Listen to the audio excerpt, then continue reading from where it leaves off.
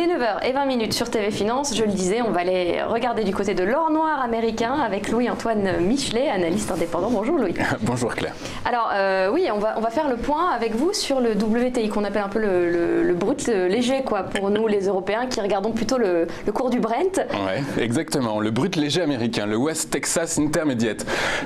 Qu'est-ce qu'on peut en dire? Alors ce que j'ai cru comprendre, c'est qu'aujourd'hui nous sommes dans un marché un peu sans direction. Il y a un marché qui hésite. Hier, on avait les chiffres des stocks américains qui ont reculé plus fort que prévu, et donc ça a créé un peu de mouvement à la hausse sur le titre. À très court terme, c'est un marché qui a pâti de la hausse de la production russe, du jeu des chaises musicales au sein du gouvernement américain, et notamment en faveur de personnes qui sont plutôt à l'encontre du renouvellement de l'accord sur le nucléaire iranien qui devrait être négocié en mai-juin de cette année.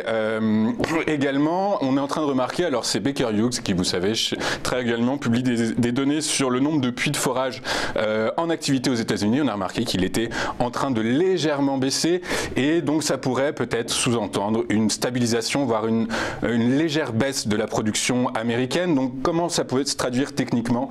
Eh bien, c'est très simple. On voit qu'à moyen terme, donc le cours est dans une phase haussière, quoi qu'il arrive, et tant que cette oblique haussière, ce support oblique haussier ne sera pas transpercé à la baisse, eh bien on continuera probablement à voir un WTI en tendance haussière. Donc on a très clairement aujourd'hui, je dirais, un premier point de support à 60,51 $ le baril, qu'il est, je dirais, très important de regarder et d'avoir en tête, puisque selon moi, il est possible que si ces 60,51 sont transpercés à la baisse, eh bien mécaniquement, automatiquement, dans la foulée, on passerait sous cette oblique haussière, et donc auquel cas, eh bien, on rentrerait dans une, je dirais, tendance de long terme plutôt flat, compris entre 47, 48 et 58 $ le baril. Donc typiquement sur le WTI, on est en attente de catalyseur. Le prochain, très clairement, c'est donc ces renouvellements ou non de l'accord sur le nucléaire iranien, puisque vous savez que l'Iran, c'est quand même 3,8 millions de barils produits. Donc si on enlève je dirais, ce niveau de production, eh bien potentiellement ça pourrait avoir un effet sur le WTI, sur le prix du WTI également. Donc l'OPEP, vous savez, a reconduit ses accords en mars dernier, je crois, au début d'année de cette année, a reconduit ses accords de quotas de production qui sont maintenus à 1,8 million de barils par jour, et en l'occurrence, donc cette augmentation de la production russe pourrait mettre un bal un peu, je dirais, le maintien, le respect de ces accords.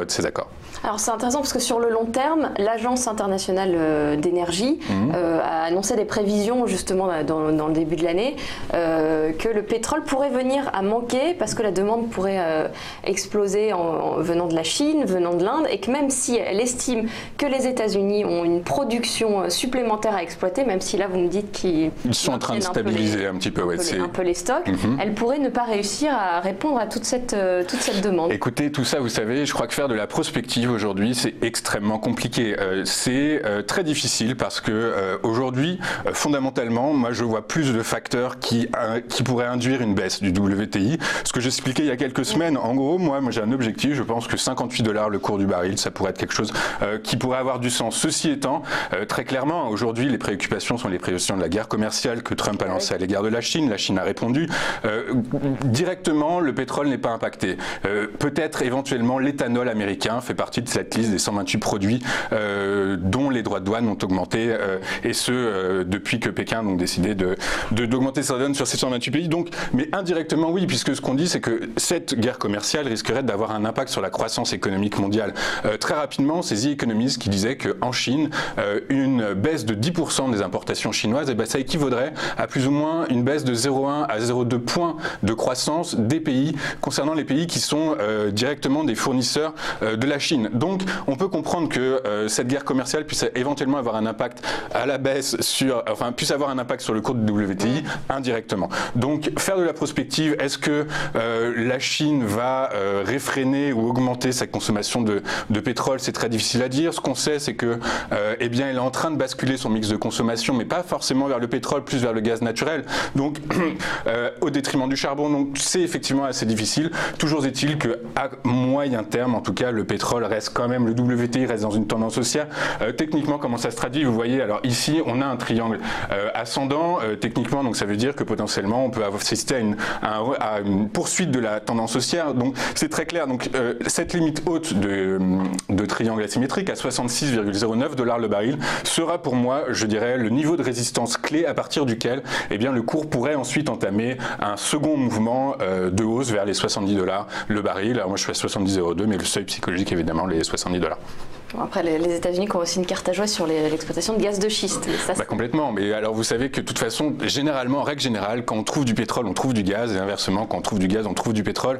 Donc, oui, très clairement, on va essayer de voir. Empiriquement, on sait qu'il y a une corrélation assez importante entre l'évolution du cours du WTI et l'évolution du nombre de puits de forage en activité aux États-Unis. Et ce qu'on a remarqué, donc empiriquement, historiquement, c'est que, eh bien, quand le nombre de puits commence à se stabiliser, eh bien, les cours commencent à baisser. Donc, plusieurs facteurs. Des facteurs expliquent une baisse, des facteurs expliquent une autre, mais techniquement, on est plutôt dans un mouvement haussier.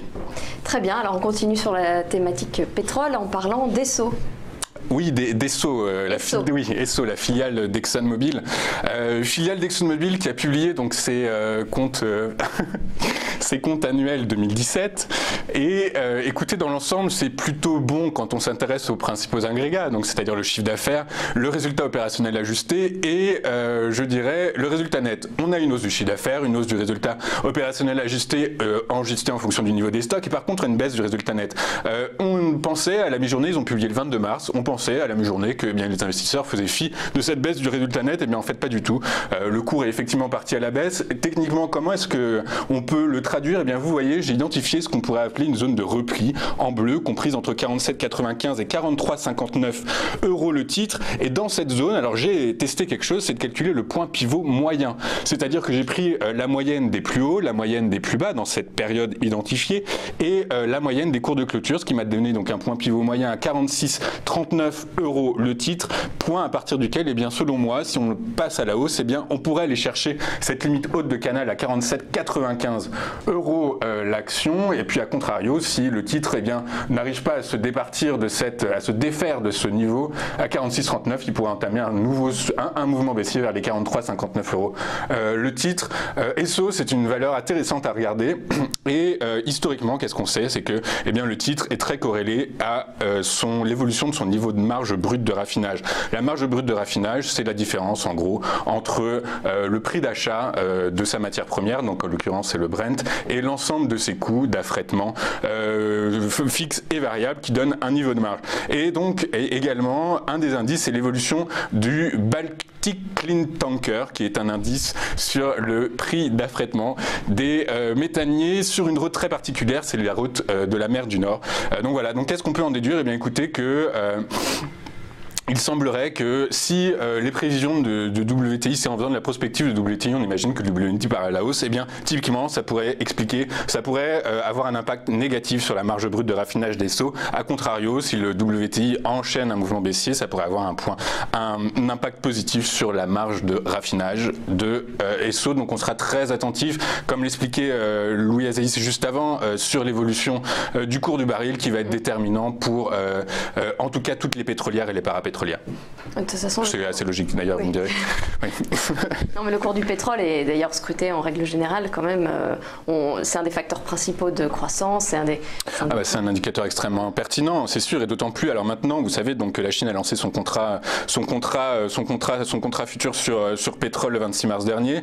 Pour l'instant, avec l'ambition de devenir la première place mondiale d'échange de pétrole. Ceci étant, ça va mettre du temps à se mettre en place. Les volumes sont pas extraordinaires. Ceci étant, on commence à se dire que macroéconomiquement, ça pourrait être un indice, en tout cas, de la bonne santé, je dirais, économique chinoise, même si vous savez que le gouvernement chinois est très interventionniste et peut très bien maquiller, fausser, avoir un impact à la hausse ou à la baisse sur les prix de ces produits du pétrole cotés en Chine. Très bien, merci Louis Azaïs. On va donc scruter le cours du brut et du WTI. Exactement, tout à fait. Voilà. Merci.